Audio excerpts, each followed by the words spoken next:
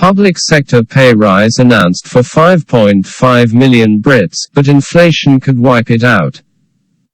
Rishi Sunak is set to end the year-long public sector pay freeze for 5.5 million workers, but ministers have been warned a hike in wages cannot become a real terms cut swallowed by inflation. The Chancellor is expected to declare in his budget on Wednesday that public sector pay restraint, brought in due to heavy borrowing during the coronavirus pandemic, can end. The decision, according to the Treasury, means that more than 5 million public sector workers, such as teachers, nurses and armed forces personnel, could be in line for a pay rise next year. Officials said the cabinet minister was able to make the move due to the solid recovery of the economy since COVID-19 restrictions have lifted. Unions have said the government must do more than win a day's headlines, however, and make good on promises to give public sector workers a meaningful wage rise, despite the supply chain crisis drive up energy and food prices. It comes as staff who have been on the COVID frontline during the pandemic complain of exhaustion and burnout. Speaking before the expected announcement, Mr. Sunak said, "The economic impact and uncertainty of the virus meant we had to take the difficult decision to pause public sector pay. Along with our plan for jobs, this action helped us protect livelihoods at the height of the pandemic.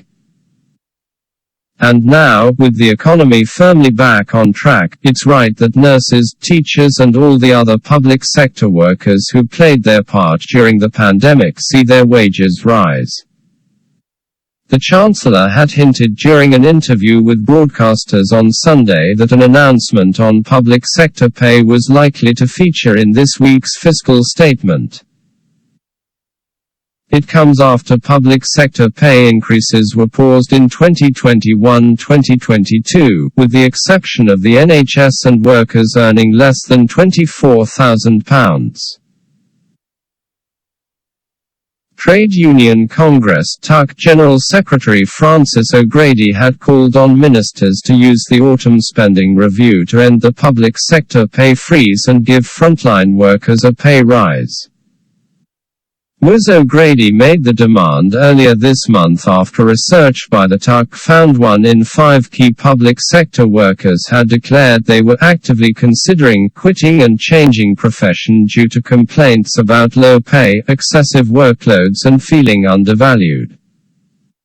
Pay for most frontline workforces, including nurses, police officers, prison officers and teachers, is set through an independent pay review body which makes recommendations to ministers.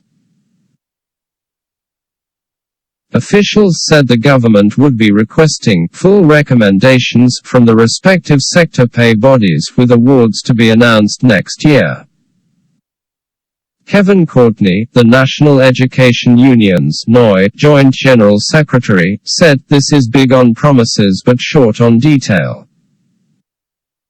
Teachers, support staff and school and college leaders will not have a clear sense this week of what is in store, and there is no prospect of clarity until 2022.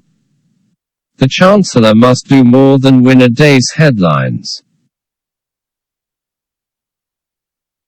He must make good on this latest pledge to drive up pay for those who kept this country on its feet throughout the pandemic."